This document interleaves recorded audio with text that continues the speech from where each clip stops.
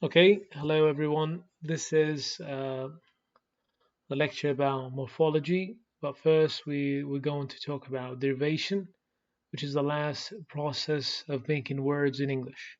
If you remember, we talked about several processes of making a word in a given language, and of course our focus is English language. We gave you some of the processes, or let's say the main processes of making words like acronyms, PIN number, which is personal identification number. This is called acronyms. Okay. But now we're going to talk about something else. It is derivation. Okay, derivation. When we talk about derivation, we talk about the things that we add to the main word or the root. I would say the root or the stem, as they say. So if we have a main word like happy. You see it here, it's highlighted. Happy. Everyone knows the word happy, and it means what? Someone that is feeling pleased. Okay. Unhappy, we add un, which is through the process of derivation to make the opposite, which is unhappy.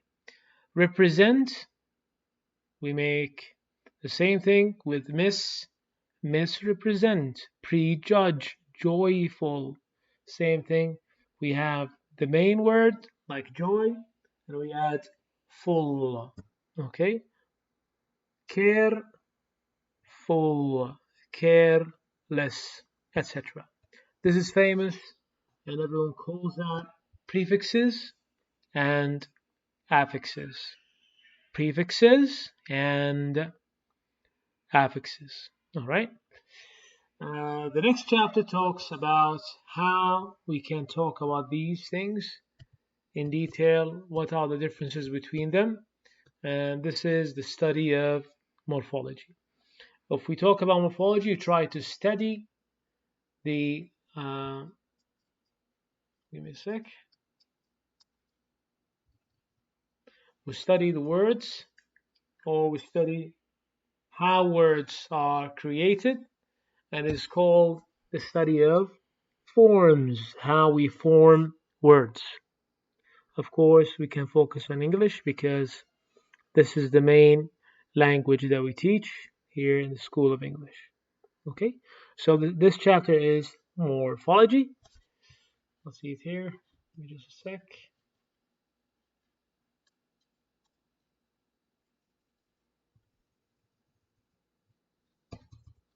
Okay.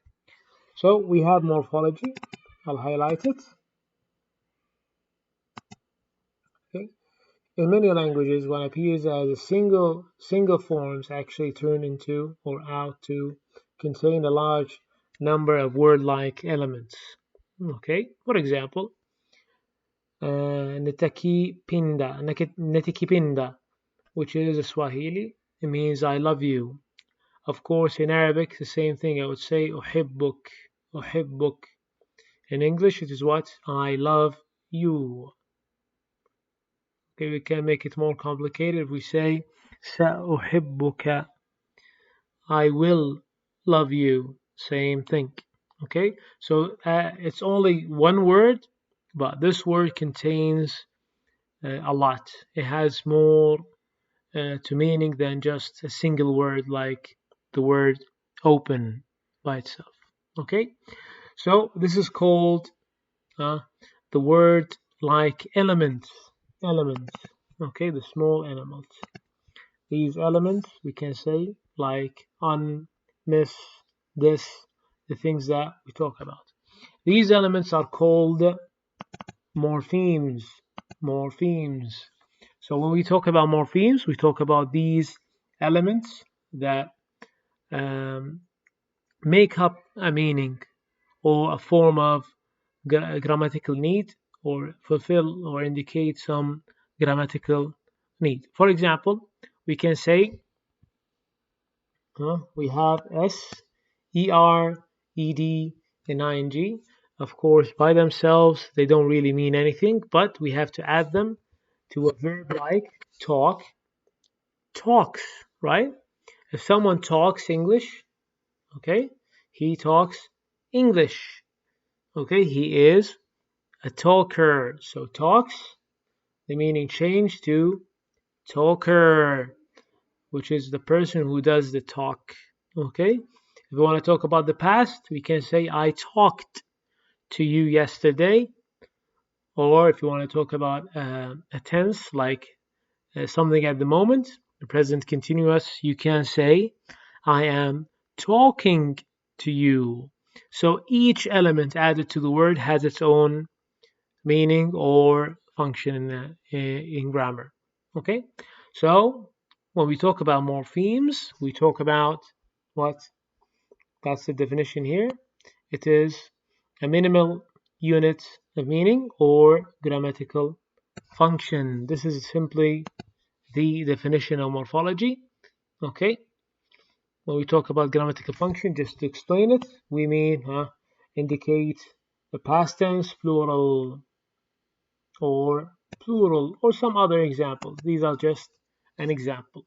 All right, guys, these are just examples. Okay, so in the sentence, the police reopened the investigation. In the sentence, the police reopened the investigation. Okay, the word reopened, okay, have some parts. We have the word open in the middle, okay, and this word open, let me just put it like this, has additional part, which is the ed indicating the past tense, and re indicating a unit of meaning, so a meaningful change. So if we talk about open, you open the door. But when the door is closed, you want someone else to open it. You might say, I would like someone to reopen the door. Of course, this is not really a natural thing, but I mean, the sentence wouldn't be that, but I'm trying to simplify. But let's say the case of the police. The first time they caught the thief, and the thief was let's say plead guilty, and the people said it's okay, the case is closed. Then something happened. Okay, there were some other evidence, so the police had to reopen the case again and do the investigation again. Okay, reopen in that sense, change the meaning to do something again. So the meaning of re is do something again. See it here. And of course, when we talk about the grammatical function of ed, it just indicates the past tense. So indicating the past tense. All right, guys? And that's it. Yeah. So we have other examples. For example, tourists. That's another example. Tourist, the main, okay, the word is tour. All right. And the additions are ist, tourist, which is the person doing the tour. And the s is for plural. So we have one tourist and several or many tourists. Okay. So this is one morpheme, and that's the other one. And the S is the other one. You can see it here. We have the minimal unit of meaning, tour. Okay. Also the minimal unit of meaning, ist. Okay. As well as the S, which has like a grammatical function, and it is for indicating plurality or the plural, the number of things. Okay, so as you see, we have words open, that's the main word, which has a meaning by itself, so it's a minimal unit of meaning like a word, and we have some parts that is added or that are added to the word, like the re and ed, and these they are not a single word, but they are added and they have a meaning. One, Like re has its own meaning to change the meaning of again about any verb. The ed talks about uh, a grammatical function, which is the past tense. Same thing here. We have tour. It has a meaning by itself. Ist changes the meaning to the person doing the tour, which is what? Another meaning. And the S has a grammatical function, just talking about the plural, and that's it. Okay. But now we have some differences. Like we're not sure about what to say or what to call the main word open, or the and the or and the re and open ed. Okay, so the ed and re are attached to the word, the main word. So there has to be some kind of differences between morphemes. We cannot say morphemes are all words. Okay, there are some parts of a word. Okay, and some are just normal words. Okay, let's see the differences between these morphemes. The first difference is called free and bound morphemes. So, as I told you, we have the word tour. The word tour by itself can be used as a normal word in a sentence. You can use it by itself. So, this is called free morpheme.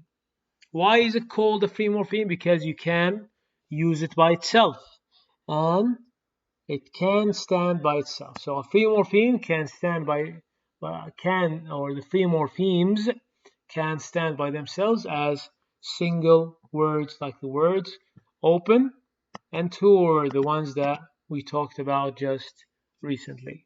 Okay. The other type, as it's clear for you guys, is called, or these morphemes are called morphemes that cannot normally stand alone. So bound morphemes, they cannot stand by themselves. Let me just highlight it. They cannot stand by themselves or alone as single word, but they have to be, or they're typically attached to another form. Okay. Exemplified, we have re. If I say re, it doesn't mean anything, but reopen has a meaning. Ist doesn't have a meaning. So you have to say tourist. Now I know the meaning. Linguist, the person studying languages. Okay. Scientist, which is the person doing the science. So you have to add it to the word or attach it to another form to have a meaning by itself. Of course, the ed and the s are the same thing. It talks about grammar, but it has to be attached. When we talk about ed, it doesn't mean anything. It's not like a name, but it means that we have to attach it to another word to make up a meaning. So of course we attach it to a verb, like open, opened, select, selected, and some other verbs. Okay, these are the bound morphemes. We have some examples here. As you can see, we have the word undressed. This is a verb, of course. We have un in the beginning, we can remove it. We have ed at the end, and also we can remove that. The free morpheme that can't stand by itself is called dress, and you know the meaning of dress by itself. If you add the word, the morpheme, the bound morpheme, the one that cannot stand alone, un, to dress, means the opposite of dressing. So undress, removing your clothes. The ed is, of course, has a grammatical function, which is talking about the past tense. So the action was in the past. All right. Carelessness. The word care is the first word, and by itself we can keep it like this in a sentence. Less, in that sense, doesn't have any meaning. Ness, same thing, doesn't have a meaning, because they are both bound morphemes, and they are all each one needs to be attached to a free morpheme. So we can say if a person is careless, that's an adjective. If we want to make it a noun, we add ness, carelessness. Carelessness is not a good thing. Like the same example of good, goodness. Okay, let's go down. We have, as we said, we have the free morphemes and the bound morphemes. Here there is a slight, I need to make it clear here. So these two, we have subtypes of the free morphemes. Okay, they are called. Let me make it yellow. Okay, yellow will be okay. Okay, let me make it yellow. So free morpheme, lexical and functional morphemes. These morphemes are free because why? If you go up, you understand the meaning. Free morphemes can stand by themselves as single words. Example, we have dress, okay, care. Also we have tour, open, like here, tour. And these are the examples here. We have tour and open. Okay, these are called free morphemes. There are two types. The first type is called lexical. Okay, the second type is called functional. So if we want to talk about it, we say free lexical morpheme. Let's see the meaning of the free lexical morpheme. See it here. We describe this category as what? A set, or the set. Let me just close this. The set of ordinary, okay, nouns, adjectives, and verbs that we think as the words that carry out the content of the message we convey. So they do carry out the main content of a sentence, the main meaning of the sentence. Okay, these three morphemes are called lexical morphemes. Examples, we have girl, man, house, tiger, sad. So adjectives, nouns, and okay, verbs. What's so special about these? First of all, we can add bound morphemes to them. So if we go up, we can add that. And second, we can add new lexical morphemes to a language easily, so easily. Okay, so they are considered as an open class of words. Okay, let's make it like this: open class of words. Let me show it to you here. So the main feature of this is that it is an open class of words.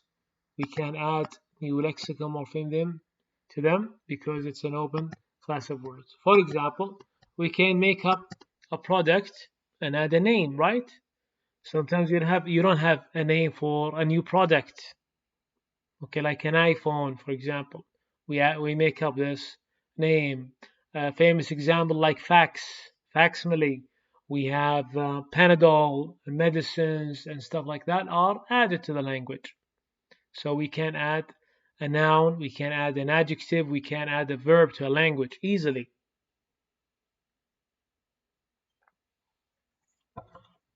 But what do you think about articles? You know articles? We have a, the, and an, the famous ones, I mean. Can you add more? No. You cannot add. What do you want to add? It's impossible. So these are called functional morphemes. Here. So functional morphemes, we cannot add. The other types are called functional morphemes. Examples we have and, but, when, because, on, near, above, in.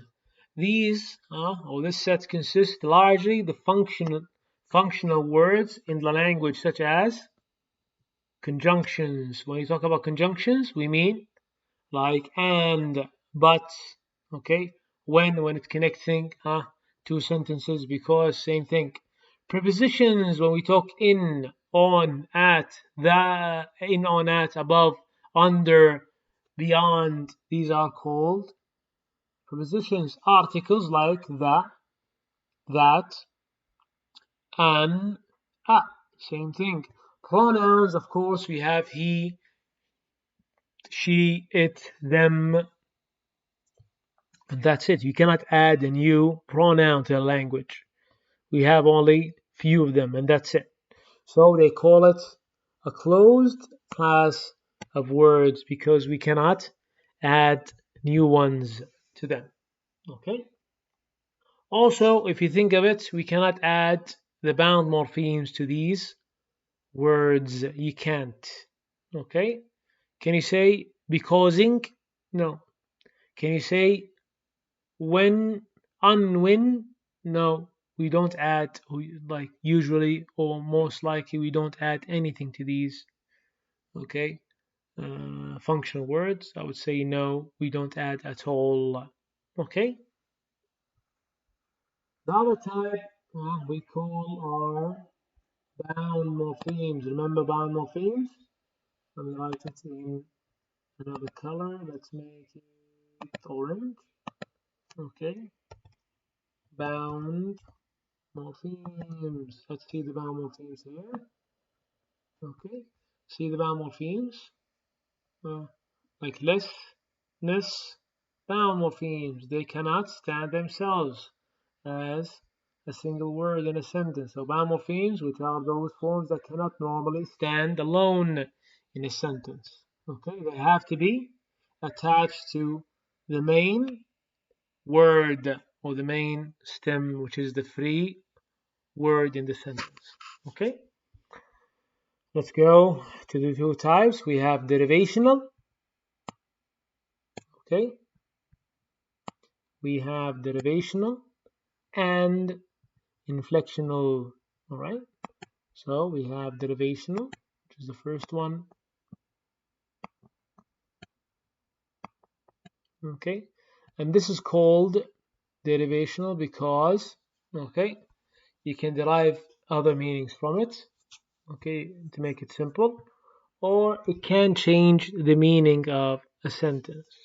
Okay, if you remember the easiest example for happy, the word happy, okay, is pleased. Unhappy is the opposite of happy. So there is a change in meaning. So these, let me just make this highlighted. Yep.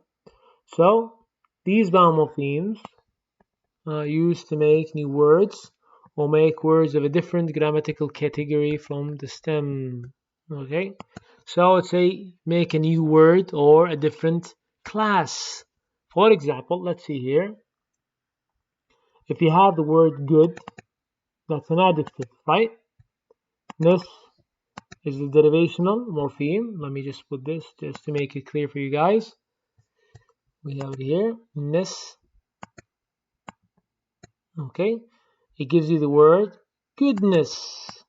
What's goodness? This is a noun. Noun. Okay, so first we have an adjective. That's the adjective. And then we have a noun. If you see it here, let me just highlight it again just to make it clear for you to understand. Okay, so we have here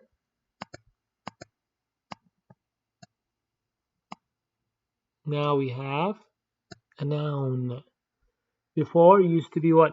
Just the word good, an adjective. Now we have a noun because of the additional ness. So when something like this happens, we call this a derivational morpheme because it changes the meaning. It made up a new word. غيرت المعنى. Yes, made up a new word. Okay, or change the grammatical class, okay, of the word from an adjective to a noun. All right. So the noun care is a different is another example. Can become an adjective. Careful. So care is a noun. Okay. All right. So we have careful or careless. That's a new class of word. Okay, and has a different meaning as well. All right. We have full, less, also ish, boy, boyish, full, foolish. Ly changes the adjective to what? An adverb. Okay, when something like this happens, we call this a derivational morpheme. Okay. So, as you said, these are attached to free morphemes. The other group, same thing. The other group is called inflectional morphemes. All right, inflectional morphemes. But what's the difference between the derivational and inflectional? The inflectional do not change the class of the what the word, or it doesn't even make a new word. It doesn't make a new word, so it doesn't change the meaning or the class of the word. Let's see here. So these are not used to produce. They don't make new words in a language. Okay, but rather indicate aspects of grammatical function of word.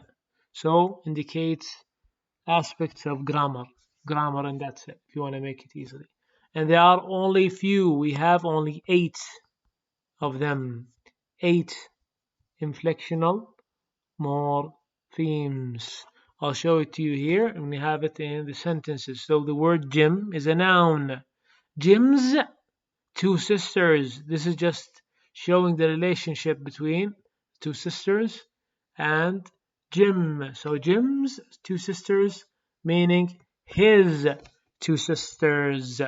Sister is singular, sisters plural. It doesn't change the word in the sense of making a new meaning. It's the same thing. Okay? One likes. One likes. This is the third person singular s. It doesn't change anything, but it talks about the person who is doing the action and the present tense. He is always laughing. Laugh is the meaning of laugh is the same verb. The ing just indicates aspects of grammar that the action is right now, happening right now. That's it. The other liked to read as a child and always taken. These are the past tense and the past participle, same thing. Here, one is the loudest person. Loud is an adjective. Loudest is just a superlative, meaning the most loud person, if we're going to change the meaning like this, but I mean the top loud person is the loudest. Okay? Quieter, meaning just a comparison between two people. They are all quiet, but someone is quieter. Same class, same word. It doesn't change the word. It's still an adjective. Okay? Let's see the 8. We have the noun. We have the S. We call this possessive S. Possessive S. S الملكية. S plural.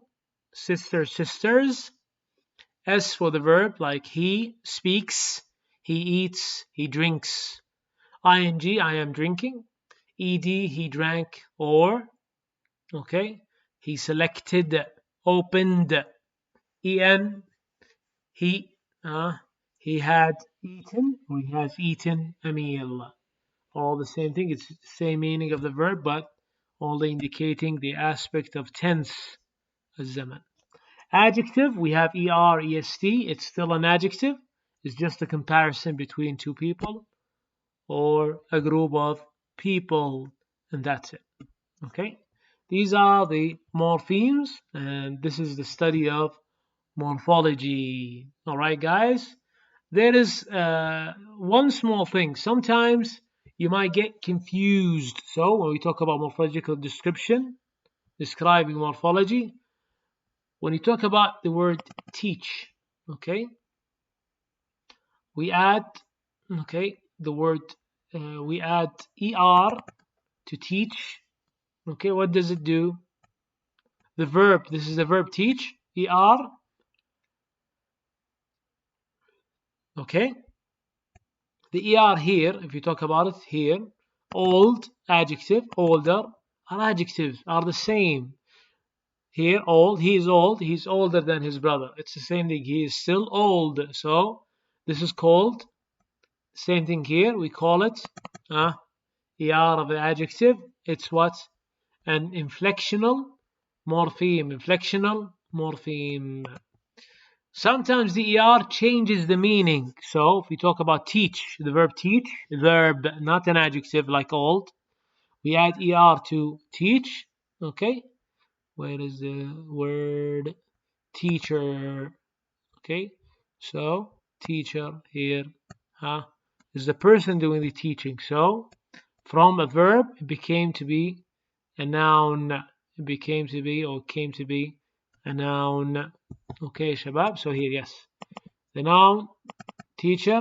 Okay, teach becomes the noun teacher. We added just an er. Here it's a noun. Here it's an adjective. All right. Just to clarify it, I'll show it to you here. Er. So adjective plus er. Okay. Older. Okay. This is called inflectional morpheme. Okay. Here.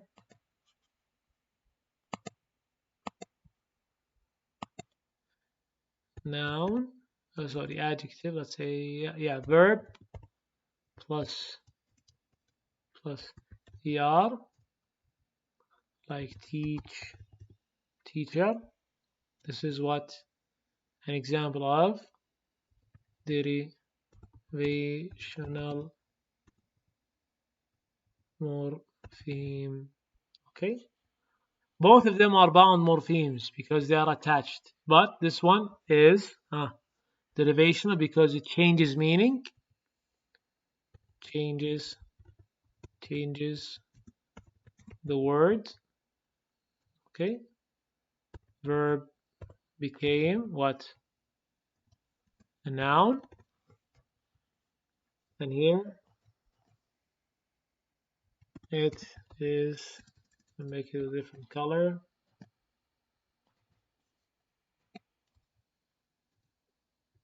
It is still an adjective. Old, older are the same.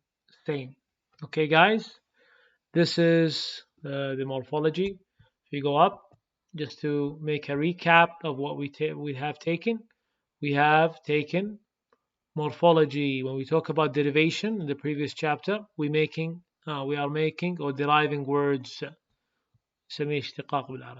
Okay, I think that's the best translation. Morphology is the study of forms. Let's see it here. We call it here. Let me highlight it. So, investigating basic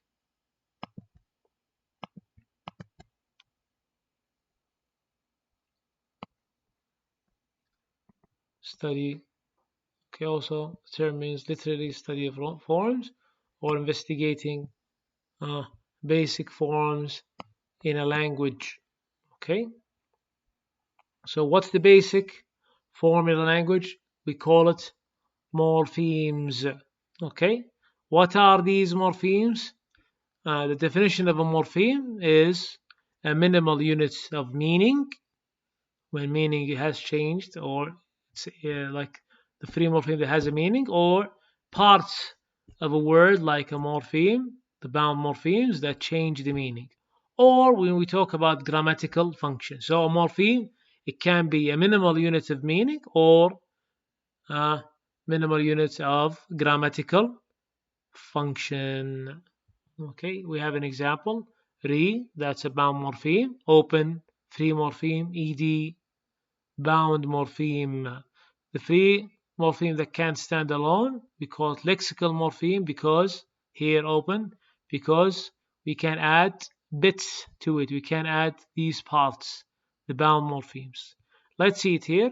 We have a free morpheme and a bound morpheme. The free morpheme can stand by themselves as single words like open, tour. We can say open the door. It's a sentence.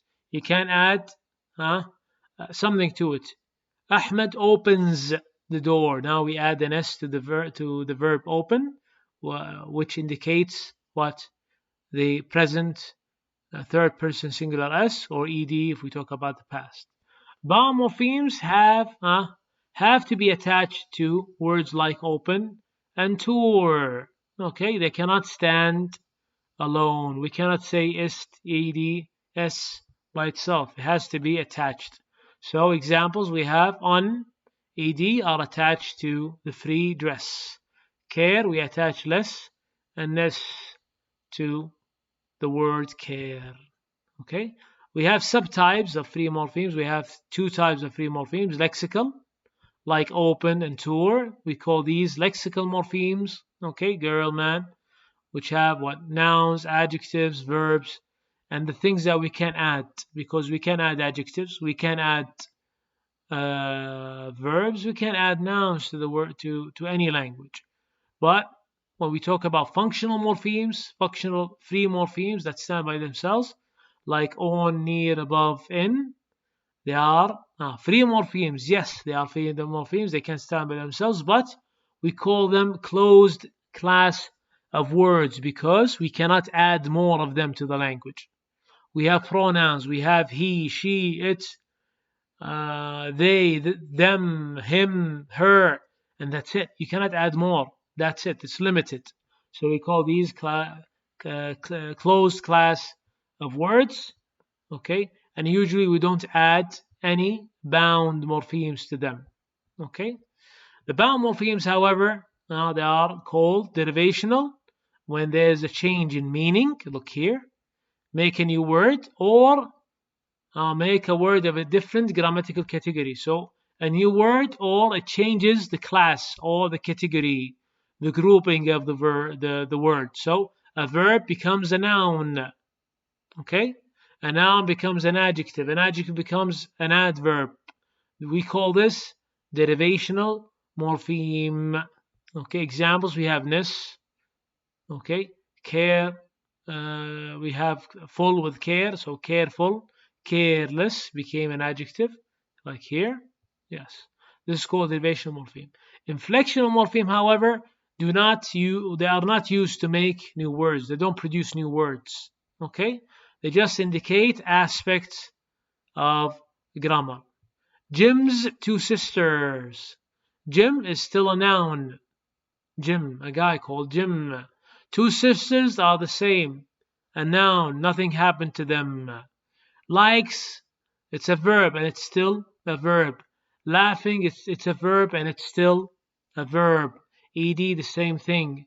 Loudest, est, an adjective with like loud. If you add est to it, still an adjective.